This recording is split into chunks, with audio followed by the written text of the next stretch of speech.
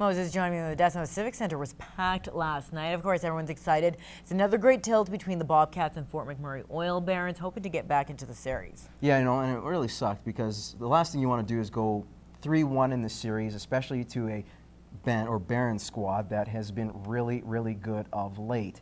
Now, the Bobcats would welcome back one of their top players. Of course, I'm referring to number 26, Taylor Mulder, to the lineup. Big and physical, and definitely put some goals in. He served a 2-game suspension. But here's some good news for the Cats. It didn't take long. Only 45 seconds in, they score. Tanner Dunkel finding a streaking Kyler Wilkinson for his first of the postseason. Now, 6 minutes later on the man advantage, Dunkel by the half wall. He'll find Braden Crone, who sneaks it past Tanner Gillette.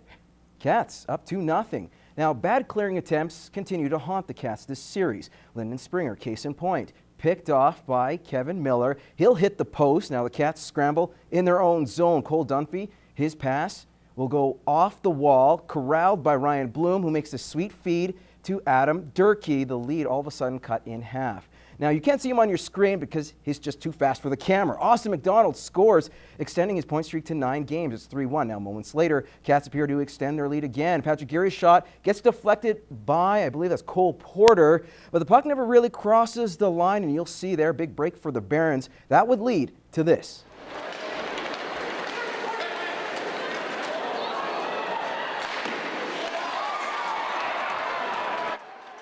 Mitchell Vanderlaan puts it away on his own rebound on the sharp angle, 3-2. Still in the first, the buck 10 to go. Brennan Saulnier with the bouncing puck goes blocker side on, Chris tie and in. And all of a sudden, it's a tie game. Scary moment here just before the end of the first. Eric Therrien gets hit from behind. He would lie on the ice for some time before skating off to the dressing room. He did not return to the game. Now, more injuries for the Cats. In the second, Troy Rapuano against the boards gets doubled up and would leave in some discomfort. The good news is he would return later on in the third period. Now, in that final frame, Geary's clapper nails Gillette in the mask. Barons will clear the puck and go on the offensive. Bloom, he'll have some slick moves coming up, but Christopher Ty making a spectacular save, denying good old number 9, keeping this one tied. But on the next face-off.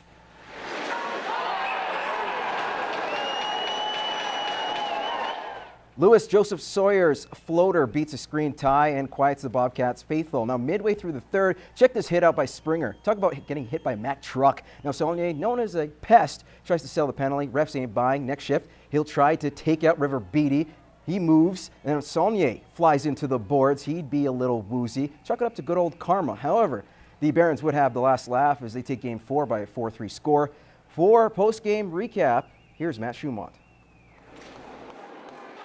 After their worst performance of the playoffs in Game 3, the Bobcats looked like a team that was going to even up their best-of-7 series, getting out to a 3-1 lead.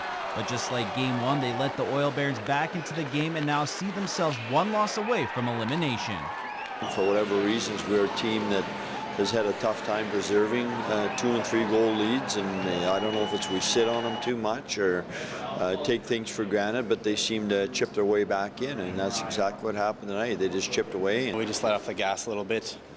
You know, something we can't do to a team like that. They have lots of firepower, so definitely, you know, can't be letting off the gas. Now the line of Austin McDonald, Tanner Dunkel, and Taylor Muller have done most of the damage in this series and quickly have to find some secondary scoring if they want to keep their season alive.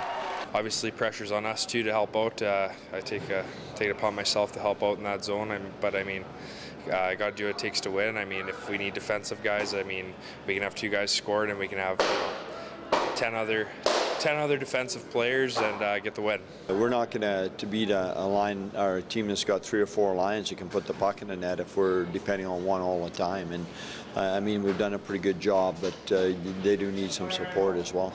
Now it's no secret the Bobcats have to win the next 3 games to advance to the North Final. And it might sound cliche, but the Cats are approaching the remainder of this series 1 game at a time. We know we can win there. We played well there, and you know, we've had tremendous support here at home. But I think when we get away from here, we seem to play a little bit different style. We don't get quite so fancy. We get down to the bread and butter and find a way to compete in that rink. We definitely know the feeling, so we're comfortable in that situation, and I think we rise to the occasion. So, Matt Schumont, Newcap Sports. Elsewhere in the AJHL last night, Anthony Petrozelli led the way for the Brooks Bandits with a pair of goals and assists in a 6-3 win over the Olds Grizzlies. And of course, they take that series 4-0. And Mitchell Cook's goal in overtime lifts the Dragons past Canmore 6-5. The Dragons take a commanding 3-1 series lead. He might be wearing enemy colors, but Jetlan Houcher embodies the work ethic of those in the border city. Described as a salt-of-the-earth kid with a deadly hockey sense, the Paradise Valley product is enjoying the best year of his hockey career.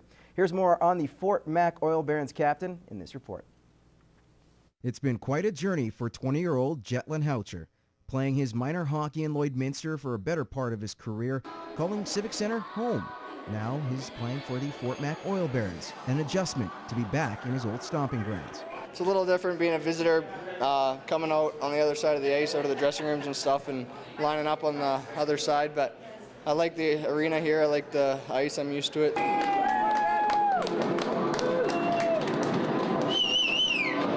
His inspiration in the crowd, making nights like this special.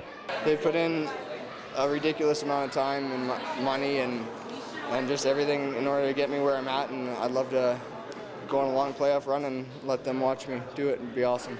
His junior career has been one of joy and disappointment. Once I came back to midget, I decided not to go back to Spruce. I went out to Kelowna for a while. His career started to struggle. That's until he was acquired by one of the best coaches in Junior A hockey. And we targeted him. We knew that he was a real good midget player, and he was struggling a little bit in BC, and we thought maybe he'd like to come home or closer to home. And, you know, when the deal was done, we knew we were going to get a talented player. We didn't expect it to happen this quickly. I got all the opportunity in the world, and the coaches have been great to me. And his value goes beyond goal scoring. Tells you what type of a kid he is. He actually came to me in the summer and said, Coach, you know, I want to be a captain, which I thought was unusual. Most kids don't do that. So he's done a great job. He's learning every day, and he's going to be a big part of our future.